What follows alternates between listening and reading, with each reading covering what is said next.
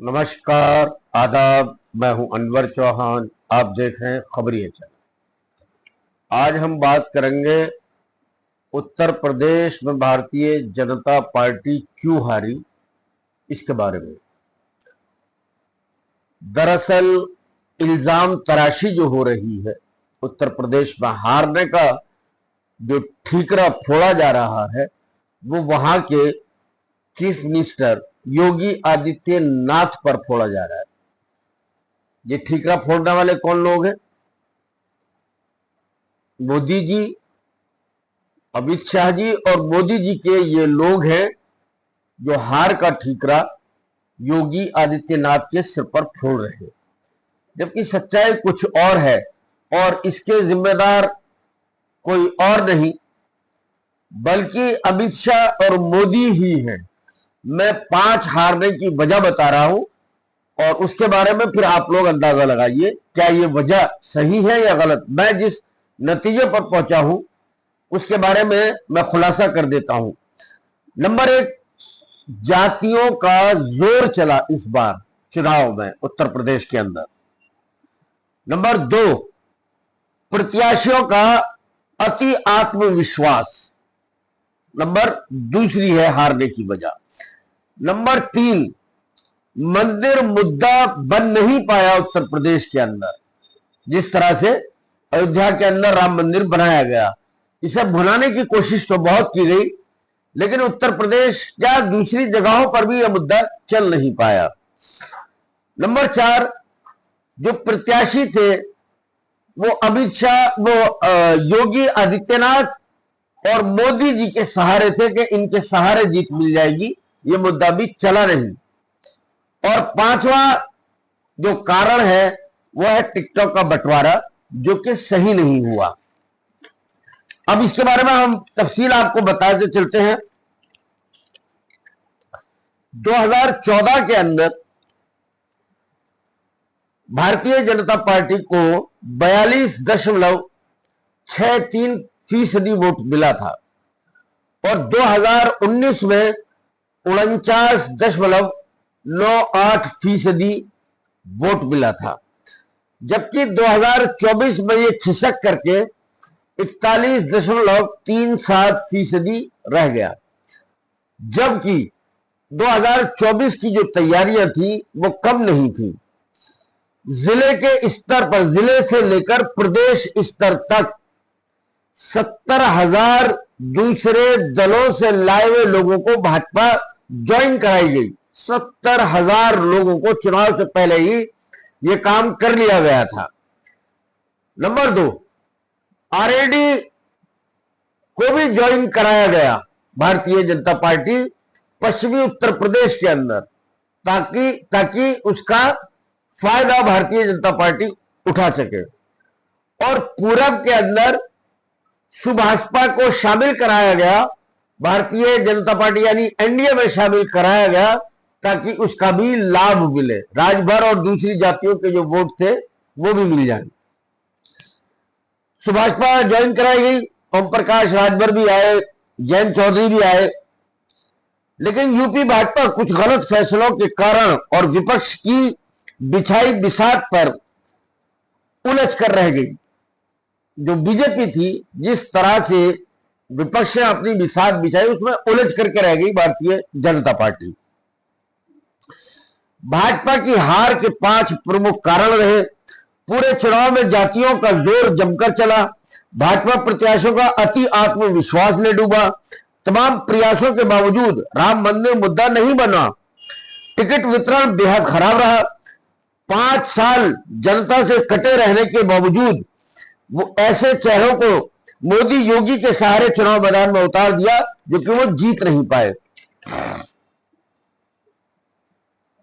2024 में जो सर्वे कराए गए, जो भारतीय जनता पार्टी ने सर्वे कराया था, तो सर्वे में वो जनता की नब्ज को नहीं टटोल पाए और कुर्मी, कुशवाहा, मौर्या, बिंद, निषाद, नोनिया, लोहार, बढ़ई, राजभर, चौहान वगैरह वगैरह, इन जातियों को इन जातियों का वोट समेटने के लिए जिन लोगों को नुमाइंदगी दी गई थी इन जातियों की, वो इस वोट बैंक को रोक नहीं पाए।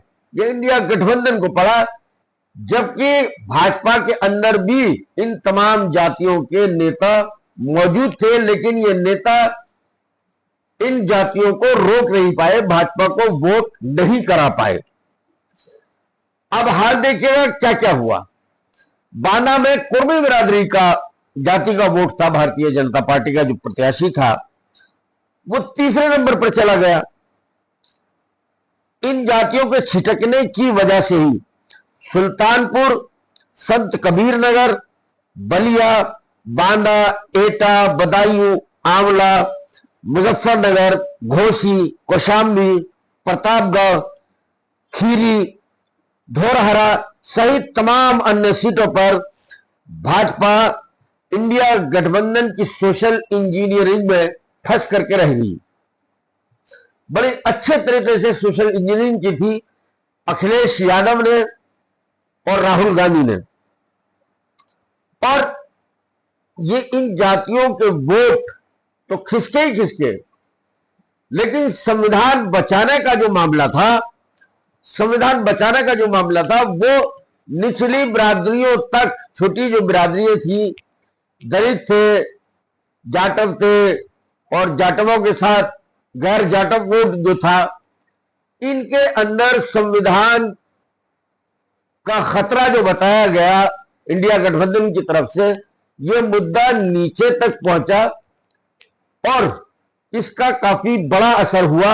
ये जो वोट बैंक था, ये वोट शिफ्ट कर गया इंडिया गठबंधन के। थोड़े वोट इनके कुछ बसपा को भी मिले, जबकि एक जगह से फायदा हुआ सिर्फ बीजेपी को, जो 16 सीटें जीती हैं भारतीय जनता पार्टी ने, उसमें जो सबसे बड़ा योगदान है वो मायावती का है। मायावती अगर बीच में न होती तो ये 16 सीटें और इंडिया गठबंधन को चली जाती। जैसे अमरोहा सीटें 12,000 से कांग्रेस हार गई, दानिश अली वहां से क्यों आ रहे? क्योंकि बसपा का कैंडिडेट एक मुस्लिम था, वो 1.5 लाख वोट रह गया और 12,000 से इंडिया गठबंधन का कैंडिडेट हार गया। तो ऐसी कुल मिलाकर के पूरे उत्तर प्रदेश में 80 में से 16 सीटें ऐसी हैं जो बीएसपी के कारण भारतीय जनता पार्टी ने जीती।